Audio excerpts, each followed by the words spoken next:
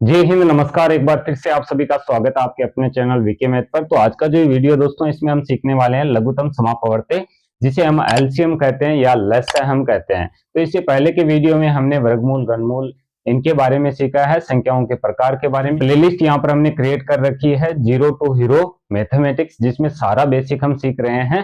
तो आज का हमारा टॉपिक है एलसीएम यानी कि लसाअ, या हम कहें लघुत्तम समापवर्ती। लसाअ कैसे ज्ञात करते हैं, एलसीएम किस तरीके से ज्ञात करते हैं। सबसे पहले दोस्तों हम बात करते हैं कि एलसीएम जो है हमारे किस काम में आने वाले हैं। एलसीएम जब दोस्तों आगे आने वाले वीडियो में हम सीखेंगे इनों को जोड़ना घटाना, तो वहां पर हमें एलसीएम की आवश्यकता पड़ने वाली है। तो पहले ही हम सीख लेते हैं कि एलसीएम होता क्या है। मीनिंग इसके नाम में ही छुपा हुआ है। यहाँ पर देखिए, एलसीएम का मतलब होता है लीस्ट कॉमन मल्टीपल।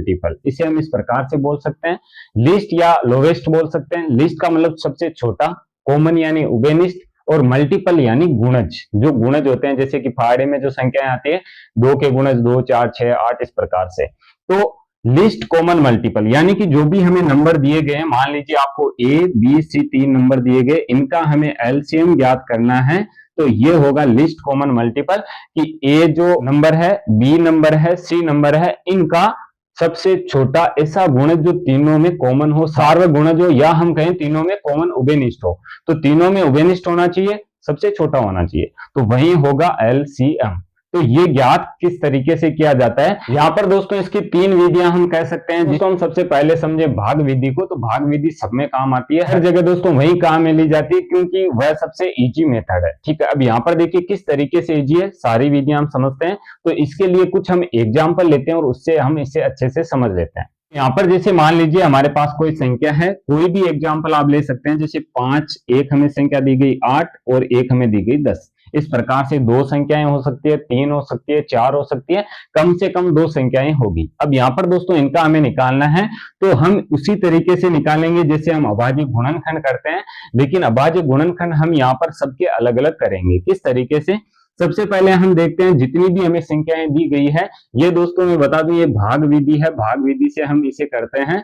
अब यहाँ पर देखिए 5, 8 और 10 हमें दिया गया है, तो सबसे छोटी अभाज्य संख्या हम लेंगे जो 2 होती है। 2 से हम देखेंगे कि इन तीनों में से कोई भी एक संख्या 2 से विभाज्य है या नहीं है। तो 8 भी विभाज्य, 10 भी विभाज्य, तो सबसे पहले हम 2 से इसे भाग करेंगे तीनों संख्याओं को। अब यहाँ पर हमें ध्यान ये रखना है कि जो संख्या भाग हो रही है उसे करना है, जो पूरा पूरा भाग नहीं हो रही है उसे हमें भाग नहीं करना है। तो यहाँ पर देखिए 5 पूरा पूरा भाग नहीं होता है, तो 5 को है जैसा ही लिख देते हैं। 8 में 2 का भाग 4 बार पूरा पूरा चला जाता है, तो यहाँ पर 4 आएगा, और 10 में 5 बार चला जाता है, तो यहाँ पर 5 आएगा। तो इस प्रकार से जो संख्या पूरा पूरा भाग होती है उसे ही भाग करना है। अब यहाँ पर देखिए, फिर से हम देखें तो यहाँ पर 4 आया है, तो ये फिर से 2 से हमें भाग करना होगा। चाहे एक संख्या बचे या 2 बचे, एक संख्या कम से कम होनी चाहिए। और देखिए 5 तो फिर भी विभाजित नहीं होगा, तो 5 को है जैसा लिखेंगे। लेकिन 4 में 2 का भाग चला जाएगा 2 बार, तो 2 लिख देंगे, और 5 में नहीं जाएगा तो 5 का 5 लिखेंगे। अब यहाँ पर दोस्तों 2 है, तो 2 में फिर से 2 का भाग जाएगा, तो 2 का फिर से लगाएंगे, तो यहाँ पर 5 आएगा, यहाँ पर 1 आएगा, यहाँ पर 5 आएगा, क्योंकि 2 में 2 का भाग एक बार जाएगा। अब यहाँ पर देखिए 5 यहाँ है, 5 यहाँ है, तो यहाँ पर 2 से भाग नहीं होगा, 3 से भी नहीं होगा, यहाँ पर केवल 5 है, तो यह है 5 से ही भाज्य होगा। अब हमें ऐसा नहीं है कि 2 के बाद में 5 का भाग लगाना है, वो हम स्थिति देखेंगे कि किस तरीके से, आगे भी जब एग्जाम्पल लेंगे तो अच्छे से क्लियर हो जाएगा। तो यहाँ पर हम 5 से डिवाइड करा देते हैं, तो हमारे पास आएगा 1, 1 और 1। तो इस प्रकार से जब 1, 1 हमें मिल जाता है, तो यहाँ पर जो हमने संख्याएं ली है इनको हमें गुणा करा देना है। तो देखिए 2 गुणे 2 गुणे 2 गुणे 5, तो इस प्रकार से लिखेंगे 2 गुणा 2 गुणा 2 गुणा 5। इन सबको गुणा किस तरीके से कराएंगे, 2 का गुणा 2 से 4, 4 का गुणा 2 से 8, 8 का गुणा 5 से कितना हो जाएगा, 40। तो इस प्रकार से 5, 8 और 10 का जो एलसीएम होगा वो 40 होगा। तो इस प्रकार से एलसीएम ज्ञात करते हैं भाग विधि से, ठीक है, जिसे बोलते हैं डिवीजन मेथड। और दोस्तों इसकी जो दूसरी विधि है वो है प्राइम फैक्टराइजेशन मेथड, यानी कि अभाज्य गुणनखंड विधि द्वारा। उसमें देखिए किस प्रकार से होता है, जैसे हमें 3 संख्याएं दी गई थी, तीनों संख्याओं को हम अलग अलग अभाज्य गुणनखंड में लिखते हैं। जिस प्रकार से यहाँ पर मैंने साथ में सबके लिखे हैं, तो यहाँ पर 5 के अलग लिखे जाएंगे, 8 के अलग और 10 के अलग, ठीक है। तो अलग अलग करके जैसा हम एचसीएफ में करते हैं, और बाद में हम अधिकतम घात देखते हैं, उसको चूज करते हैं। लेकिन ये जो मेथड है थोड़ा सा लंबा पड़ता है, इसलिए हम इस मेथड से करते हैं। इससे भी दोस्तों इजी एक मेथड हो सकता है, जो होता है गुणज विधि या हम कहते हैं मल्टीपल मेथड, जिसमें दोस्तों क्या होता है कि हम यहाँ पर मल्टीपल यानी कि गुणज देख लेते हैं संख्याओं के। वो कब तक सीमित है, जब तक हमें संख्याएं छोटी दी गई है। जब भी बड़ी संख्याएं आएगी तो वहां पर भी बहुत कंफ्यूजन होने वाला है कि किस प्रकार से एलसीएम निकालेंगे। तो सबसे बेस्ट जो तरीका है वो यही है, इसी तरीके से आप एलसीएम निकालिएगा तो आसानी से हो जाएगा। ठीक है, अब यहाँ पर देखिए सातवें में मेथड आपको बताता हूं कि यहाँ पर गुणज वाला जो मेथड है वो किस तरीके से लगता है। चलिए इसी एग्जाम्पल को हम रखते हैं, यहाँ पर संख्या 5, 8, 10 और इसे ही हम सोल्व करते हैं। तो यहाँ पर देखिए हमारे पास संख्या है 5, 8 और 10। तो यहाँ पर हम क्या करेंगे, सबके गुणज लिख लेंगे। जैसे सबसे बड़ी संख्या है वो लेंगे तो 10 है, 10 के गुणज क्या हो सकते हैं, 10 का पहाड़ा लिख लेना है। कहने का अर्थ यह है 10, 20, 30, 40 इस प्रकार से। लेकिन यहाँ पर दोस्तों ये पहाड़ा है, जो इसके जो गुणज है कहां तक हमें लिखने हैं वो भी हमें देखना होगा। वो हमें आगे वाले नंबर से पता चलेगा कि एक बार के लिए हम यहाँ पर 50 तक लिख लेते हैं। अब देखिए 8 के भी हम गुणज लिखेंगे, इससे छोटी संख्या है 8 के हम लिखते हैं। तो देखिए अब क्या होता है, लोवेस्ट कॉमन मल्टीपल यानी कि सबसे छोटा कॉमन यानी उभयनिष्ठ, मल्टीपल यानी गुणज, और ये गुणज ही हम निकाल रहे हैं। तो सबसे छोटा गुणज होना चाहिए जो सब में कॉमन यानी कि तीनों नंबर का कॉमन होना चाहिए। तो 8 का लिखते हैं, तो 8, इसके बाद में 16, इसके बाद में 24, इसके बाद में 32 और इसके बाद में 40 और इसके बाद में 48, यानी कि सबके हम कितने कितने नंबर लिख रहे हैं, 6 नंबर लिख रहे हैं। तो इसके भी हम 60 तक लिख देते हैं। अब यहाँ पर देखिए क्या हुआ, जब हमने 8 और 10 के मल्टीपल लिखे यानी कि गुणज लिखे, तो यहाँ पर दोस्तों देखिए 40 आ रहा है 8 में और 40 आ रहा है इसमें। सबसे पहले दोनों में एक नंबर है जो कॉमन आ रहा है, इससे छोटा कोई नंबर नहीं है जो दोनों में कॉमन है। ठीक है, लेकिन यहाँ पर 40 दोनों में कॉमन आया। अब हम निकालते हैं 5 के लिए। 5 के लिए जब हम देखेंगे तो यहाँ पर दोस्तों क्या होगा, 5 के बाद में 10, इसके बाद में 15, इसके बाद में 20, इसके बाद में 25 और इसके बाद में 30। अब यहाँ पर 6 अंक तो हो गए, यानी कि 6 मल्टीपल तो हमने लिख दिए, लेकिन फिर भी कोई कॉमन संख्या नहीं आ रही है। तो हमें आगे लिखना, आगे लिखेंगे तो 35 होगा, इसके आगे लिखेंगे तो 40 हो जाएगा। तो यहाँ पर देखिए 40 जब आता है, 40 जब आता है तो 40 सब में कॉमन आ रहा है। ठीक है, तीनों में 40 कॉमन है, तो इन तीनों नंबर का जो एलसीएम है वो 40 हो जाएगा। अब यहाँ पर दोस्तों ये मेथड आपको इजी लगेगा, क्योंकि जब आप मायने में करेंगे तो आपको खुद से पता चलेगा कि 10 के पहाड़े में 40 आता है, 8 के पहाड़े में 40 आता है और 5 के पहाड़े में भी 40 आता है। तो 40 इसका एलसीएम हो जाएगा।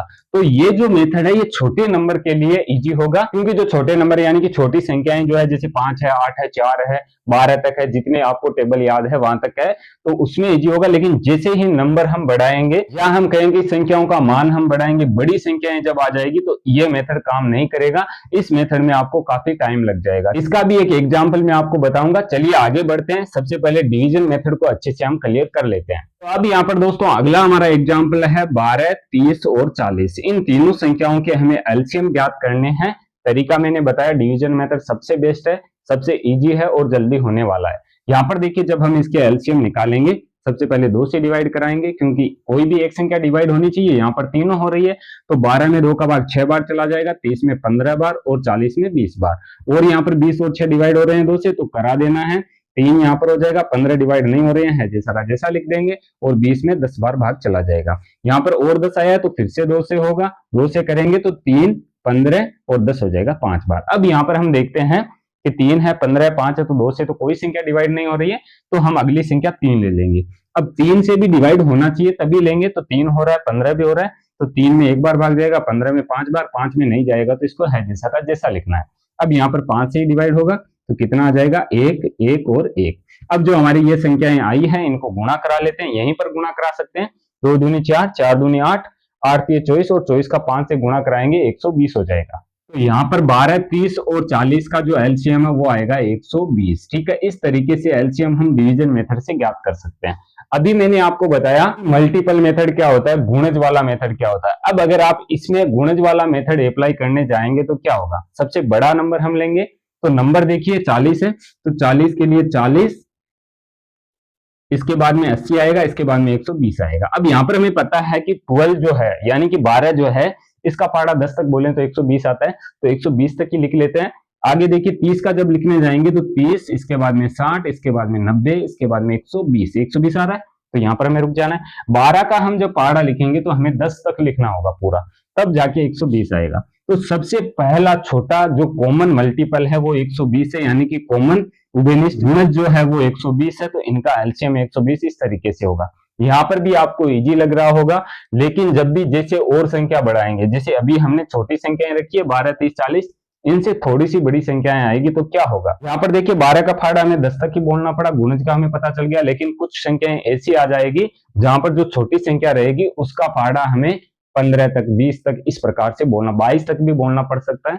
तो उसके लिए ये मेथड है जो हार्ड रहेगा, इसके लिए हम यही मेथड अप्लाई करेंगे सब क्वेश्चन के लिए, ठीक है। इसका भी दोस्तों मैं आपको एक एग्जांपल दे सकता हूं, जैसे यहाँ पर 15 है, 35 है, 35 है और 120 है। इनका आप एलसीएम जब निकालने जाएंगे इस मेथड से जो मैंने यहाँ बताया है, तो इसमें काफी टाइम लगेगा।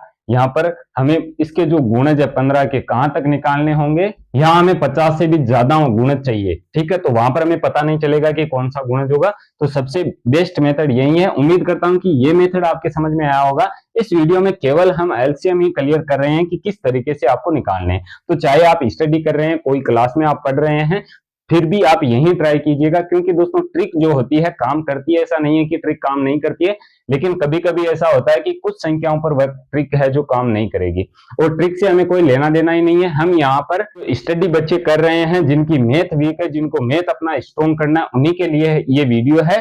तो यहाँ पर एलसीएम हम हमेशा इसी तरीके से निकालेंगे जो सबसे इजी मेथड है। अगर आपका कोई क्वेश्चन है तो आप मुझे कमेंट कर सकते हैं। आगे आने वाले वीडियो में हम सीखेंगे एचसीएफ यानी कि महत्तम समापवर्तक। ये वीडियो आपको पसंद आया तो वीडियो को लाइक और शेयर जरूर कीजिएगा। आगे आने वाले वीडियो देखने के लिए आप चैनल को सब्सक्राइब कर सकते हैं। सब्सक्राइब करने के बाद में जो बेल का आइकन है उसे जरूर प्रेस करें, ताकि आगे आने वाले वीडियो के नोटिफिकेशन आपको मिलते रहें। मैं मिलता हूं आपसे इसी की नेक्स्ट वीडियो में, तब तक के लिए जय हिंद, जय भारत, वंदे मातरम।